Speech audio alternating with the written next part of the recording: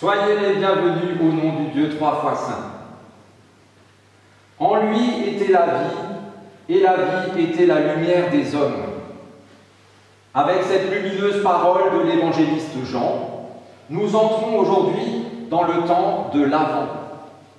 Ce temps où nous nous préparons à l'impensable et même à l'impossible. Ce temps au cours duquel nous nous préparons à la venue du Sauveur dont nous avons besoin. Lui qui est la lumière du monde, lui qui souhaite éclairer les ténèbres de nos vies et de notre monde. Ce temps, au terme duquel nous rencontrons le Dieu qui se donne dans la fragilité et dans l'humanité d'un nouveau-né. Dès aujourd'hui, soyons présents à sa parole. Dès aujourd'hui, osons croire à la vie par-delà le mal et par-delà la mort. Dès aujourd'hui, laissons advenir dans nos vies sa lumière d'éternité. Dès aujourd'hui, élevons les portes de nos cœurs pour laisser entrer le roi de gloire. C'est ce que nous chantons avec le premier chant.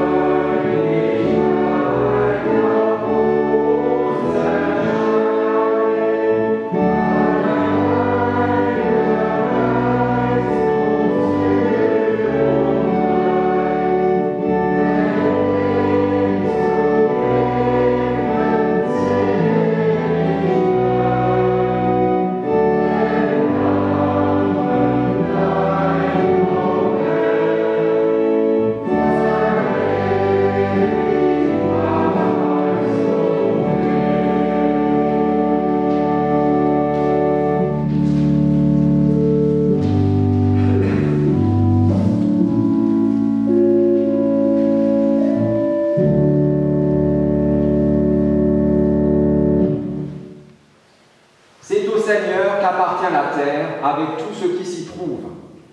Le monde avec tous ceux qui l'habitent. Portes, élevez vos linteaux, élevez-vous, portails antiques. Que le roi de gloire fasse son entrée. Qui est ce roi glorieux? Le Seigneur le plus fort, le héros. Portes, élevez vos linteaux, élevez-vous, portails antiques. Que le roi de gloire fasse son entrée. Qui est ce roi glorieux? Le Seigneur des armées, c'est lui le roi glorieux. Qui montera à la montagne du Seigneur? Qui se tiendra debout dans son sanctuaire? Celui-là proclamera la bénédiction du Seigneur, la justice de Dieu de son statut. Hosanna au fils de David. Béni soit celui qui vient au nom du Seigneur. Hosanna au plus haut des cieux. Chantons gloire au Dieu trois fois saint.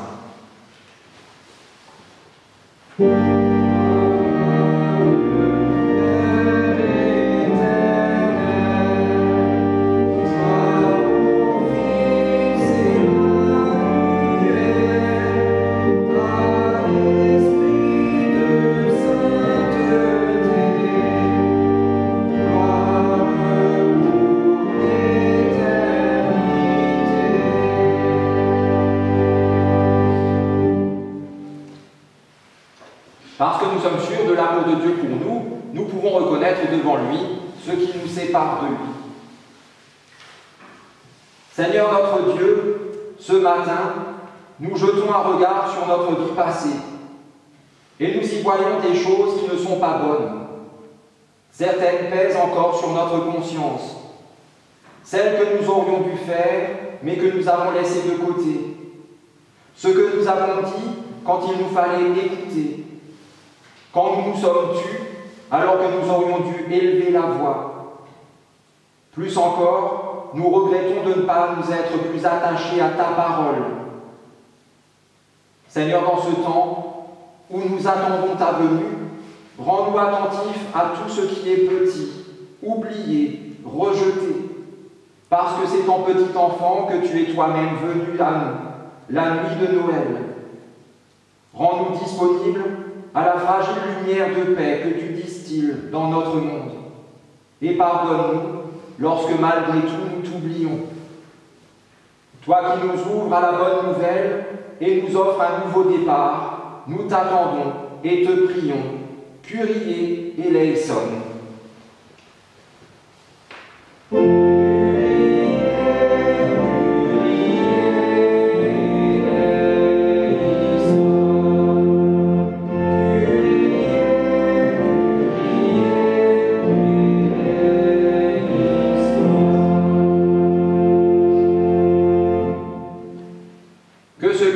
Se réjouissent, car voici ce qu'il proclame à son intention par la bouche du prophète Jérémie, qui dit ceci: « Les jours viennent où je susciterai à David un germe juste.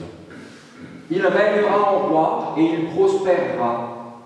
Il agira dans le pays selon l'équité et selon la justice. Et voici le nom dont on l'appellera Adonai Tzidkenu. Le Seigneur est notre justice. »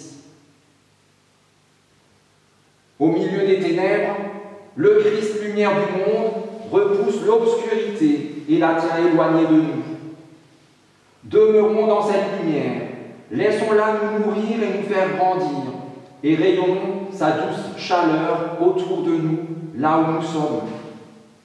Ainsi le Christ, notre justice, nous met au cœur l'assurance de son pardon, et il nous donne d'entrer dans sa divine présence. Pour cette grâce admirable, chantons-lui notre reconnaissance, exaltons le Seigneur, ô ma joie et mon espérance, en français et en allemand.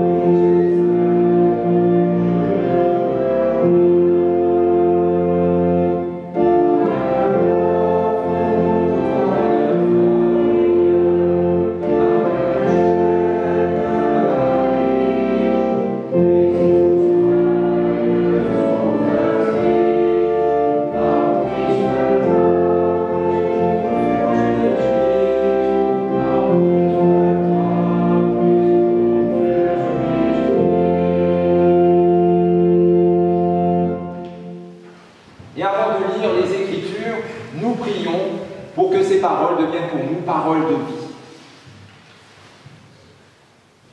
Seigneur notre Dieu, tu viens dans ce monde qui se détourne si souvent de toi. Tu trouves toi-même le chemin jusqu'à nous. C'est pourquoi nous te prions. Viens à notre rencontre, aujourd'hui, en cet instant, en Jésus-Christ, ton Fils. Donne-nous d'entendre ta bonne nouvelle, comme elle a été entendue au premier jour. Que ta parole fasse son chemin en nous, et que nos vies s'ouvrent à ton esprit d'amour, de paix et d'espérance. Nous t'en prions par Jésus-Christ, ton Fils, notre Seigneur, qui vit et qui règne avec toi, Père, et le Saint-Esprit, un seul Dieu, pour les siècles des siècles.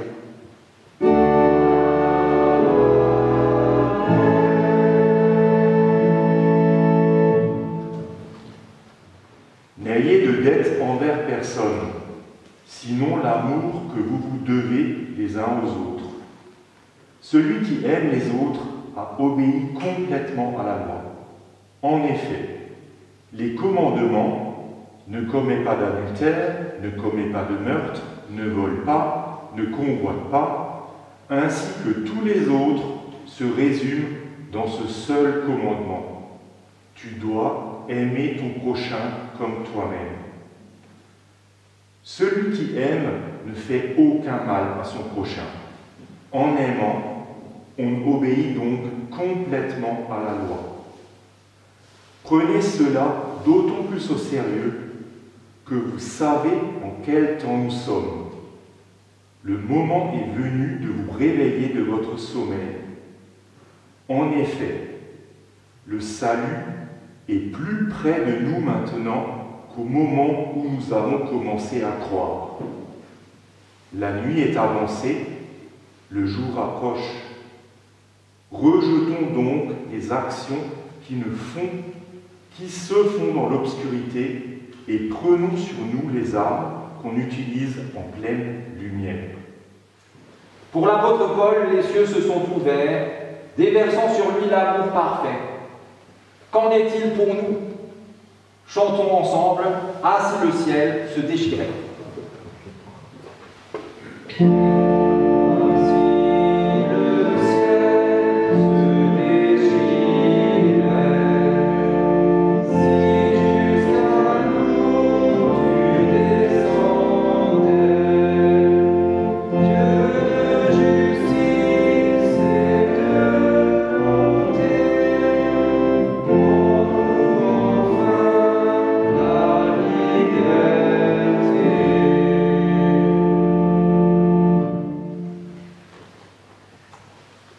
Le mot d'ordre pour ce dimanche, le verset auquel nous sommes confiés, est tiré du livre du prophète Zacharie, au chapitre 9, le verset 9, et ce verset nous dit ceci. « Voici que ton roi s'avance vers toi, il est juste et victorieux. »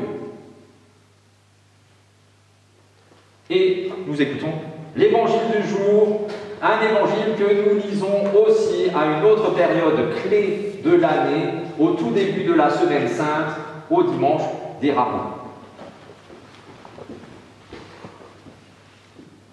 Donc l'évangile est tiré de Matthieu, chapitre 21, versets 1 à 9.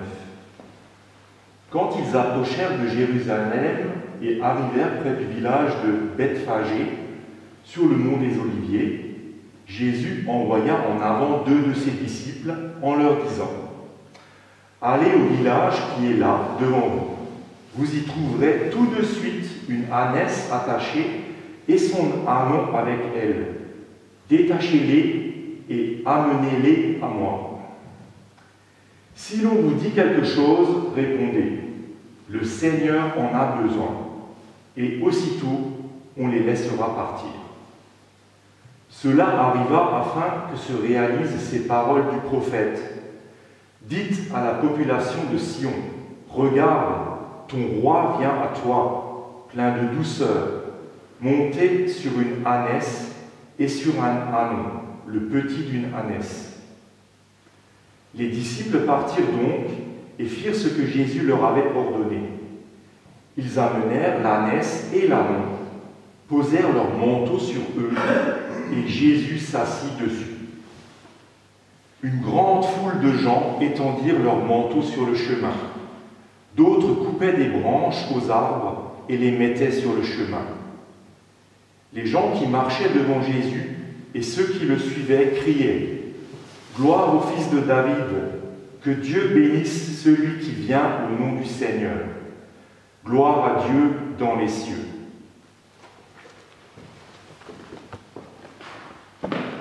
Seigneur, ta parole est la vérité. Enseigne-nous à marcher selon ta vérité. Parais enfin, et nous vivrons.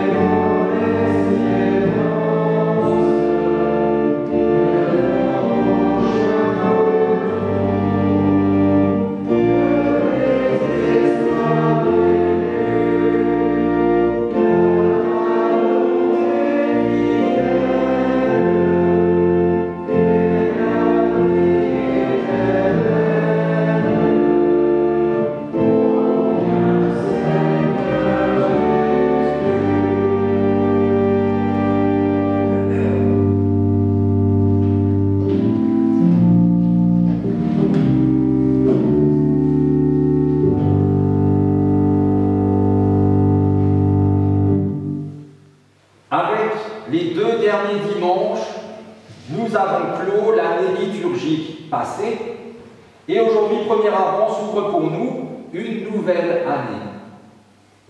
Alors, comme tous les passages, celui-ci peut aussi être l'occasion de faire une sorte de bilan et de voir comment on envisage la suite. Comme on le fait souvent lors du passage à la nouvelle année civile, du 31 au 1er janvier, 31 décembre au 1er janvier, avec les bonnes résolutions du mois de janvier, enfin du début janvier, des 2-3 premiers jours de janvier. Comme on peut aussi le faire, ou qu'on le fait, à chaque étape importante de notre vie. Peut-être que vous vous souvenez, j'ai entendu dire que lorsque vous aviez 8 ans, vous êtes allé voir votre maman et vous lui avez dit « Écoute maman, j'ai 8 ans, je suis plus un bébé. Alors tu viendras me border à 20h15 et plus à 20h. Ok? C'est compris? Alors là maintenant, fais-moi un câlin et puis tu y vas parce que mes Legos m'attendent. Hein? Je n'ai pas que ça à faire non plus. Allez, zou. Allez, maman. On peut pas vivre sans elle, mais parfois. Alors de mon côté, ces derniers temps, depuis la rentrée on va dire, avec la reprise effrénée des activités, dont très honnêtement, je vous le livre juste à vous, je n'ai plus l'habitude de autant de choses, c'est pas possible. Mais aussi avec la menace permanente, et là c'est tout dernier temps, c'est pas possible non plus, la détérioration de la situation sanitaire qui nous pend au nez, c'est pénible. Et donc avec tout ça, mon bilan et mes perspectives, elles ne sont pas folichonnes. Alors ne vous inquiétez pas pour moi, il y a beaucoup d'activités auxquelles je participe avec joie parce qu'elles me font, enfin pas seulement parce qu'elles me font beaucoup de bien. Et alors ça m'encourage en plus à participer d'autant plus. Cette semaine par exemple, on a eu la préparation de la vente de l'Avent qui aura lieu cet après-midi. Et ces soirées-là sont fatigantes, très fatigantes. Parce que c'est vraiment du travail. Et qu'en plus, je ne suis pas doué, j'ai 2 mains gauches. Et pourtant, ces soirées-là, je ne pourrais pas m'en passer parce qu'elles me font vraiment beaucoup de bien, elles me rendent heureux. Et je sais aussi que je ne suis pas le seul, ceux qui y participent, celles et ceux qui y participent, et bien c'est pareil. Qu'est-ce que c'est fatigant, mais qu'est-ce que c'est bien. Alors de l'autre côté, il y a quand même beaucoup d'autres choses auxquelles je participe, soit parce que je dois y participer, ça fait partie du job, ou même parce que j'ai envie d'y participer, mais après y avoir participé, je me dis, mais mince, ça ne m'a pas apporté grand-chose, ou en tout cas pas grand-chose de vraiment bien. Des choses dont finalement je pourrais sans doute me passer. Et peut-être même que si je m'en passais, ben je serais peut-être même mieux. En tout cas, ben ça me ferait perdre un peu moins de temps ce temps-là. Je ne perdrai pas à ça. Bien sûr, pour moi, vous l'imaginez bien, cette réflexion porte surtout sur les activités liées à la fonction de pasteur. C'est quand même l'essentiel de ma journée. Et on a tous, de temps en temps, cette réflexion par rapport à nos propres activités, pasteur ou pas, professionnelles, associatives, familiales, etc., pour les activités qu'on fait déjà, ou celles qu'on pourrait faire. Ah, quelqu'un arrive. Bonjour.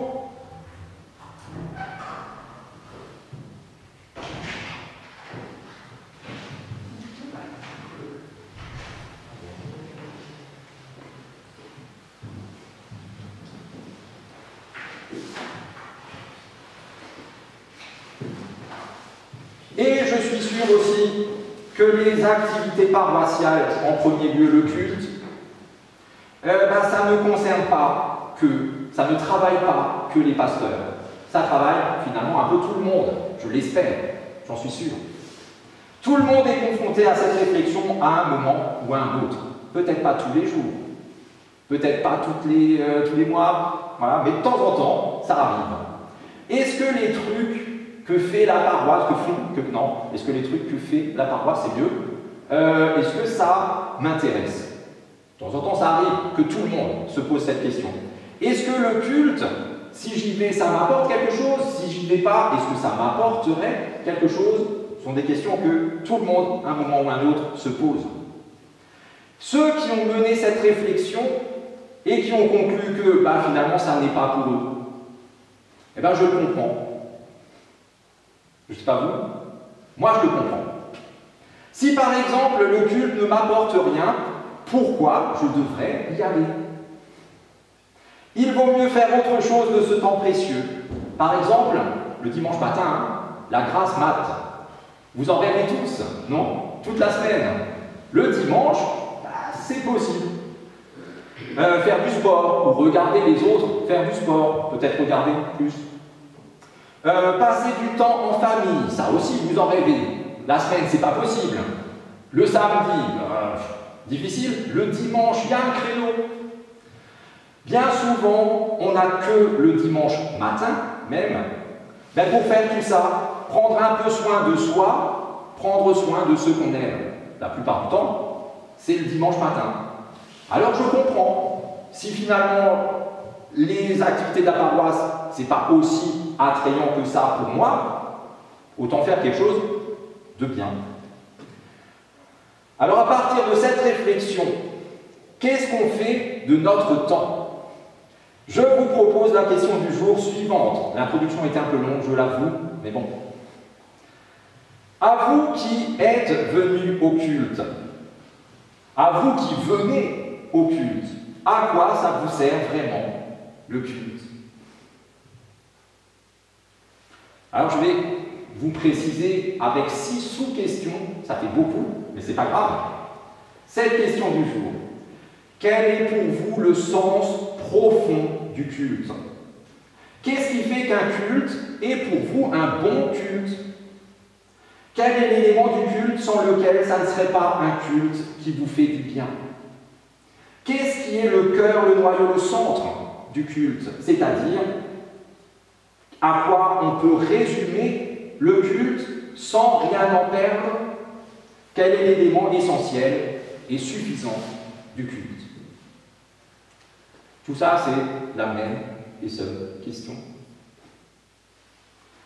Alors, j'ai quelques propositions de réponses qui ne vous concernent pas, mais qui peuvent quand même être des réponses. Peut-être est-ce l'allemand. Vous y tenez corps et âme à l'allemand, et si un jour on vous retire l'allemand, vous ne venez plus au culte. Peut-être. Non, vous êtes là, il n'y avait pas beaucoup d'allemands. Peut-être est-ce la musique de Jean-Jacques. Si un jour on vous retire la musique de Jean-Jacques, vous ne venez plus au culte. On ne me l'a jamais dit comme ça, mais on m'a souvent dit je viens au culte parce qu'il y a la musique de Jean-Jacques. On m'a pas dit s'il n'y a plus, je viens plus. Mais on vient parce qu'il y a la musique de Jean-Jacques. Peut-être est-ce, période de Noël oblige, Stille Nacht à Noël. Si on vous enlève Stille Nacht à Noël, plus jamais vous ne venez au culte. Non? Tant mieux.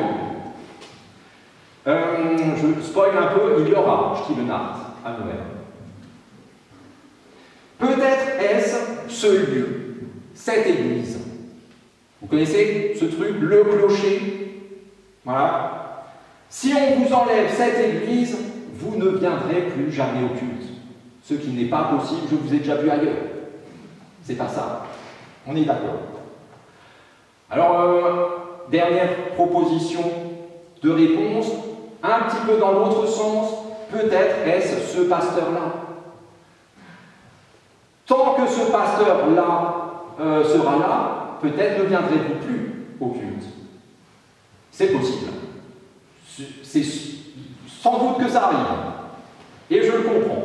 Je ne vais pas n'importe où non plus. Alors, je vais vous proposer ma réponse. Après, vous en ferez ce que vous voulez. Pour moi, l'essentiel, le truc, l'élément suffisant, c'est une affirmation. C'est une proclamation et c'est une promesse. Dieu t'aime, Dieu m'aime. Si vous m'enlevez cette affirmation, cette proclamation, cette promesse, Dieu t'aime et Dieu m'aime, alors je vous garantis que vous ne me verrez plus jamais au culte. Pour moi, cette vérité doit être au début du culte, à la fin du culte et partout au milieu. Si elle n'y est pas, il me manque un truc. Le truc. Pour moi, cette vérité doit être le point d'orgue de tous les types de cultes qui existent, parce que là, on parle, on a l'impression qu'on parle surtout du culte du dimanche, mais également le culte qu'on appelle catéchisme. Parce que vous l'aurez peut-être senti, je fais exactement la même chose au catéchisme. Pauvres enfants. Le culte qui s'appelle la préparation de la fête de l'Avent, les soirées où on bricole, tout ça. La même chose, on bricole un peu plus qu'autre chose, mais quand même. Etc., etc., toutes nos activités, et même, normalement, chaque instant de notre vie, quel qu'il soit, aussi banal et insignifiant qu'il nous paraisse, tous ces instants-là doivent être un culte. Dans tous ces types de cultes différents, une chose doit être dite plus fort que toutes les autres: Dieu t'aime, toi, et il m'aime, moi. Et une chose doit être célébrée plus intensément que toutes les autres: l'amour de Dieu pour chacun d'entre nous. Alors dans le culte, peu importe lequel, cet amour s'exprime de bien des façons, et nous l'exprimons également de bien des façons. Par exemple, par le chant. On a déjà chanté pas mal. Et même si on n'a pas chanté super bien, souvenez-vous à quel point l'amour s'exprime dans le chant quand vous êtes tombé amoureux. Vous chantiez, non seulement de tout votre cœur, tout votre corps chantait, votre âme, votre esprit chantait, les oiseaux autour de vous chantaient, le PV sur le pare-brise chantait, celui qui l'a donné chantait avec vous, faisait un duo, tout l'univers chantait autour de vous parce que vous étiez amoureux. Vrai ou faux? Vous vous souvenez plus? C'est vrai. Cet amour, on l'exprime aussi dans la prière. La prière qui est un dialogue intime qu'on a avec Dieu et qu'on partage avec des gens de confiance. Je ne sais pas pour vous, je vous l'ai déjà glissé un petit peu, moi je ne peux pas prier avec tout le monde. C'est pas possible. Il faut que ce soit des gens de confiance. Et cette prière, si elle est sans amour, eh bien la plupart du temps, ce n'est même pas une prière. C'est une liste de courses.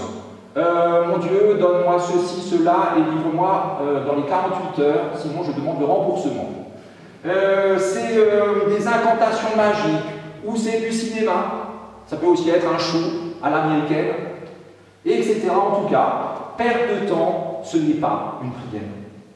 Cet amour, on l'exprime dans la lecture de la Bible, on l'a fait.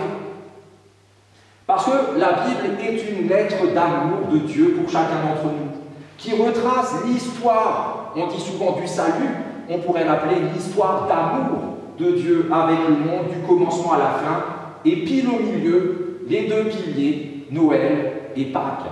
N'en enlevez aucun des deux. Surtout pas le deuxième, je vous dirais, mais ça c'est mon avis. Laissez les deux pieds. Cet amour, on l'exprime aussi dans la méditation et le partage communautaire, fraternel de cette parole.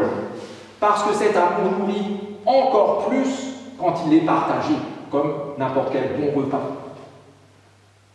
Et cet amour, on l'exprime enfin dans les rencontres du quotidien, que ce soit au culte le dimanche matin, ou en famille, entre amis, entre voisins, au travail, dans la rue, dans le tram, dans le train, peu importe. Dès que vous rencontrez des gens, vous leur partagez cet amour. Ils vous partagent la même chose dans le meilleur des cas. Alors, avec tout ceci, on a déjà compris pourquoi cet amour est le centre de tout. On peut encore rajouter 2-3 petits éléments qui nous prouvent que ça, c'est vrai. Le premier, peut-être le plus important, c'est l'apôtre Jean qui nous le dit dans sa première lettre: Dieu est amour. Si lui, il est amour, si c'est son être, qu'il n'agit jamais d'une autre façon que dans et par amour, alors pourquoi nous, ses enfants, ferions différemment? L'amour est aussi la plus grande force qui soit. Dans la lecture, la première, Paul le dit comme ça: l'amour accomplit toute la loi. Tout ce que nous avons à faire, c'est l'amour qui l'accomplit. Quand on aime, on vise forcément le bien, le sien, celui des autres, et c'est en aimant qu'on atteint ce bien. On l'atteint forcément. Alors oui, pour moi, c'est ce qu'on doit entendre, prier, proclamer, chanter, méditer, du début à la fin, dans tout culte, y compris le culte permanent de nos vies. Dieu t'aime, toi, et il m'aime moi. Cet amour reçu, nous sommes appelés à le vivre, à en vivre et à le faire vivre en le partageant. C'est ce que Paul dit. Ne soyez redevables aux autres de rien d'autre que d'être aimés et d'aimer en retour. Il n'est pas question pour nous de nous contenter de ne pas faire le mal. À la rigueur, c'est presque facile pour nous qui sommes bien élevés. De simplement ne pas être méchants. Ce n'est pas juste, ne fais pas aux autres ce que tu ne voudrais pas qu'on te fasse à toi. Jésus l'a dit de cette façon-là. Fais aux autres ce que tu voudrais qu'on te fasse à toi. Activement. Ne te contente pas d'être passif. Me contenter de ne pas dire des méchancetés, ça ne suffit pas. Ce qu'il faut, c'est dire de bonnes choses. Des paroles qui relèvent, des paroles qui encouragent, qui consolent, des paroles qui aiment. Me contenter de ne pas frapper quelqu'un même s'il le mérite, ça ne suffit pas. Ce qu'il faut, c'est tendre une main ouverte, une main douce, chaleureuse, qui soigne, qui protège, une main qui aime. Me contenter d'accomplir de temps en temps mon devoir de chrétien, ça ne suffit pas parce que l'amour ne se vit pas par procuration ni par intermittence. Ce qu'il faut, c'est se laisser saisir par cette vérité. Dieu t'aime toi et Dieu m'aime moi. Depuis toujours et pour toujours. Laissons son cœur saisir le nôtre. Laissons-le nous aimer. Laissons-nous être aimés. Et laissons son amour nous rendre éternellement vivants. Amen.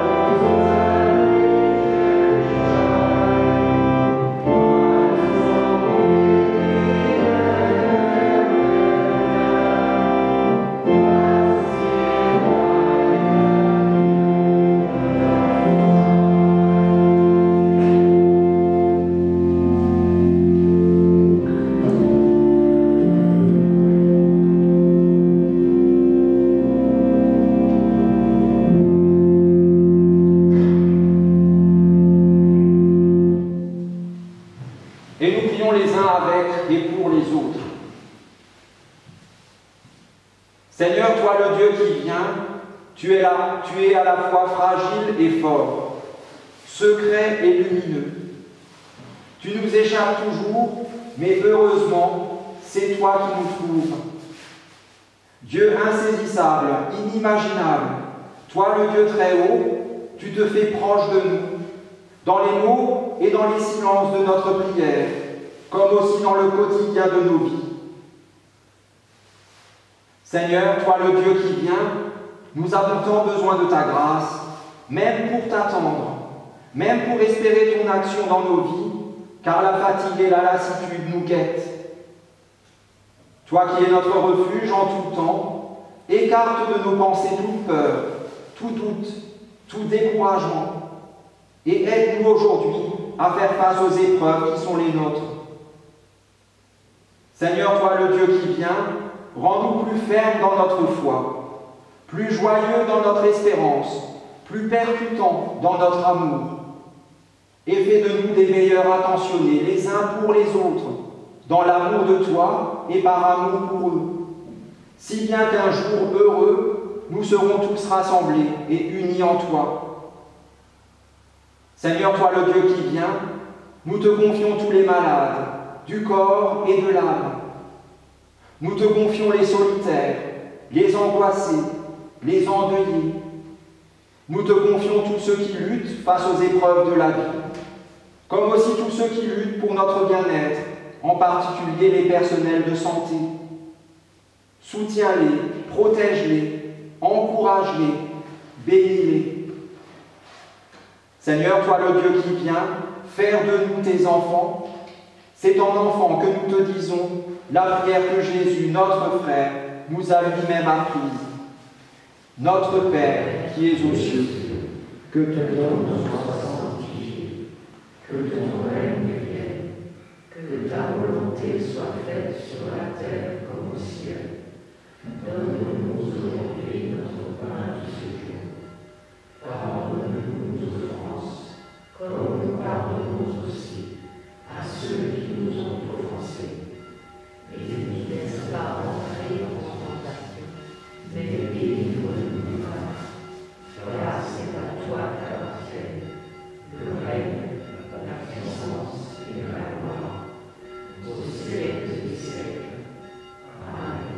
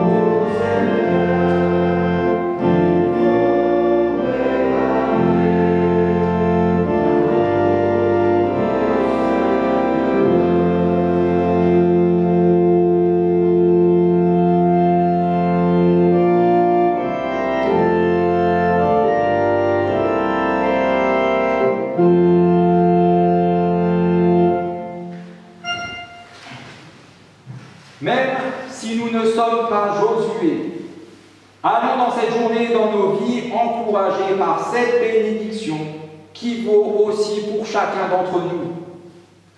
Le Seigneur marche devant toi, il sera avec toi sans jamais t'abandonner. Ainsi n'aie pas peur et ne te laisse pas abattre. Prenez bien soin de vous avec un courage renouvelé et une confiance indestructible, et soyez bénis, vous êtes bénis. Amen.